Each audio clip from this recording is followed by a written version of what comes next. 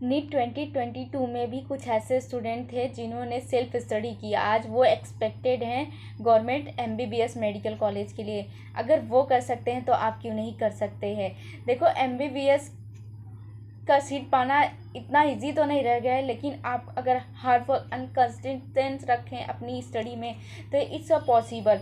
अगर self study का आपने अगर विचार बना ही लिया है तो सबसे पहले आपको इसके कुछ फ़ायदे और नुकसान जानने हैं। तो सबसे पहले अगर सेल्फ स्टडी ने आपने किया है तो आपके लिए बहुत ही गुड चॉइस है, क्योंकि आप अगर सेल्फ स्टडी कर रहे हैं तो इसमें आपका काफ़ी टाइम मिलने वाले हैं।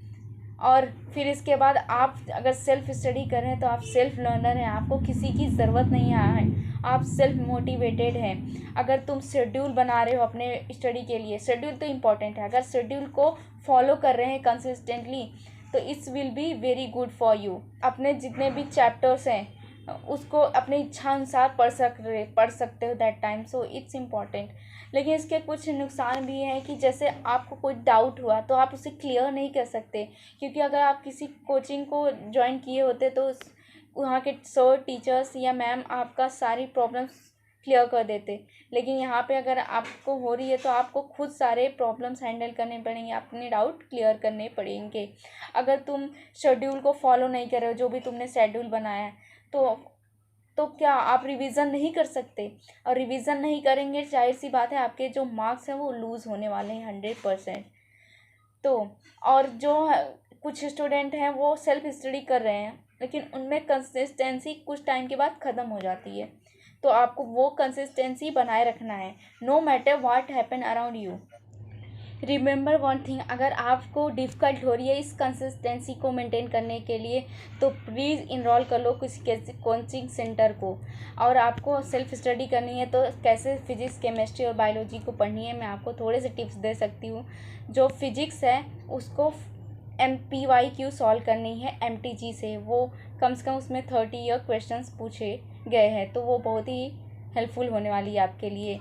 और फिर इसके बाद आप चाहें तो जो NCERT के MCQ है उसे भी सॉल्व कर सकते हैं फिजिक्स के। देखो, जो फिजिक्स है ना उसको कंसेप्चुअली समझना है, उसका फॉर्मूले जो है वो कहाँ से उसको डिराइव हो रहा है उसको भी अच्छे से हमें समझना है। फिर आते हैं हम केमिस्ट्री में, तो केमिस्ट्री जो है इनऑर्गेनिक केमिस्ट्री, उसको वो तो फुल्ली NCERT बेस्ड है, तो आपको NCERT से ही पढ़नी है। और ऑर्गेनिक जो उसका पोर्शन है उसको आप चाहें तो LN की मॉड्यूल रेफ़र कर सकते हैं, क्योंकि मैंने भी अपने नीट के प्रिपरेशन के टाइम पे LN की मॉड्यूल को रेफ़र किया था केमिस्ट्री के लिए, बहुत ही ज़्यादा हेल्पफुल होने वाली है आपके लिए। और इसमें भी PY को सॉल्व करना है। बायोलॉजी के लिए सिर्फ NCERT, कितने बार भी बोल दूँ कुछ भी हो, NCERT ही है। तो लेकिन एक बात आप जान लो कि जो इस साल नीट में जो क्वेश्चन पूछा था वो मोस्ट ऑफ ट्रिकी थे क्वेश्चंस, तो लेकिन सब NCERT बेस ही थे, तो आपको NCERT को कंसेप्चुअली पढ़ना है। If you are ambitious then ready for struggles, you are definitely succeed no matter what happen about you. So prepare well and